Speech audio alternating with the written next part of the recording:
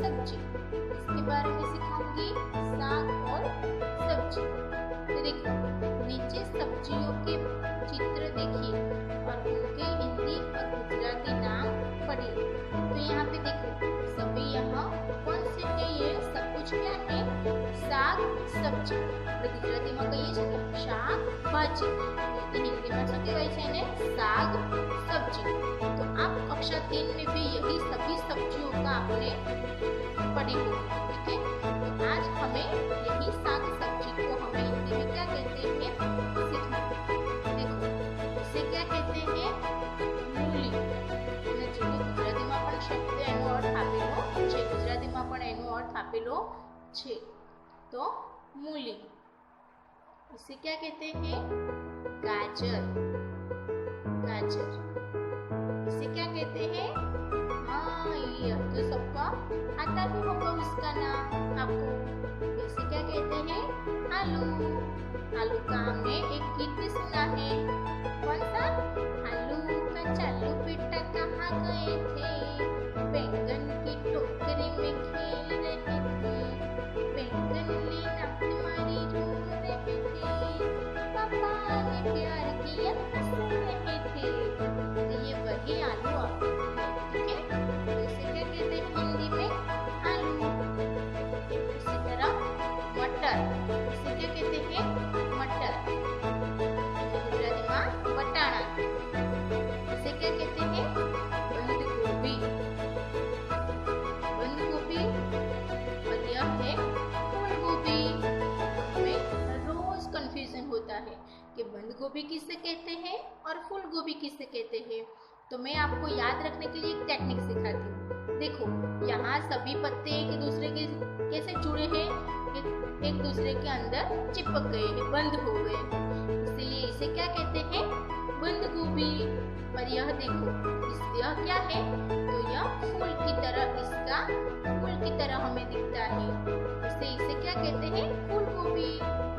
सभी पत्ते बंद है यानी कि बंद गोभी, और फूल की तरह उसका आकार है यहाँ पे, तो इसे क्या कहते हैं, बंद गोभी। फूल गोभी से बंद गोभी यानी कि गोभी, फूल गोभी એટલે ફુલેવર।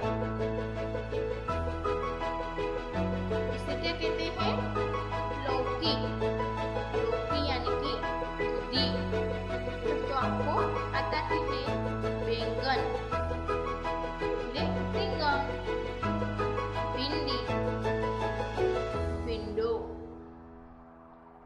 टमाटर એટલે टमेटो, मिर्च यानी कि मरचू, करेला। करेला को आपको पसंद है तो आप कहेंगे नहीं नहीं नहीं, हमें तो बिल्कुल करेले की सब्जी नहीं अच्छी लगती, लेकिन यह खाने से हमारे स्वास्थ्य बहुत अच्छा रहता है। करेला यानी कि कारेला, ठीक है। तो यह सभी साग भाजी यानी कि साग सब्जी को हमें याद रखना है कि इसे हिंदी में क्या कहते हैं। आपने कक्षा 3 में भी यह पढ़ा था, ठीक है। तो इसके आधार पर ही आप हमें क्या करना है, यहाँ पे उसका नाम लिखना है।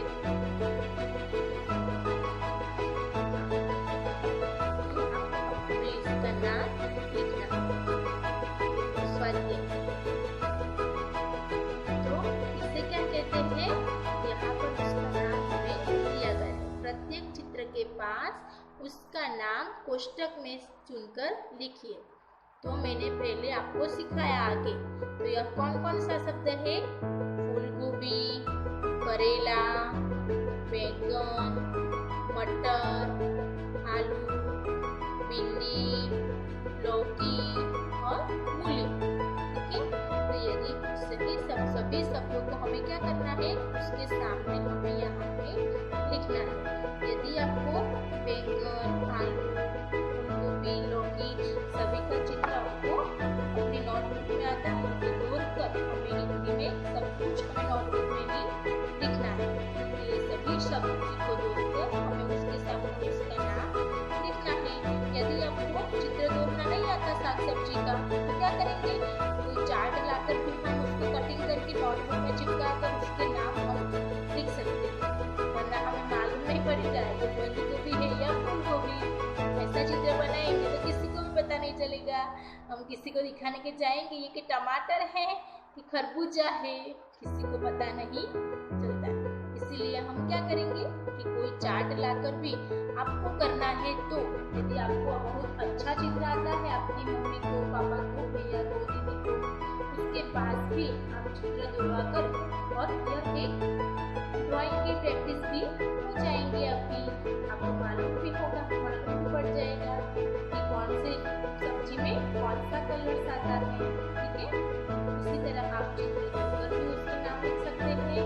यदि चित्र दोहराकर नहीं लिखना है तो क्रम में, ठीक है, तो फिर सबसे पहले बैंगन, फिर आलू, गोभी, इस तरह क्रम में भी आप अपने नोटबुक में लिख सकते हैं। ठीक है, मैं आपको एक और साग सब्जी का भी फोटो भेज दूंगी, इसके भी नाम अपने नोटबुक में लिखना और आपकी अपनी तैयार करना।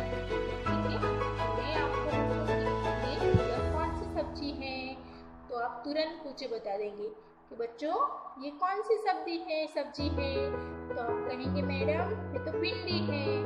ठीक है, उसी तरह आपको सभी सब्जियों के हिंदी में नाम मालूम होने चाहिए।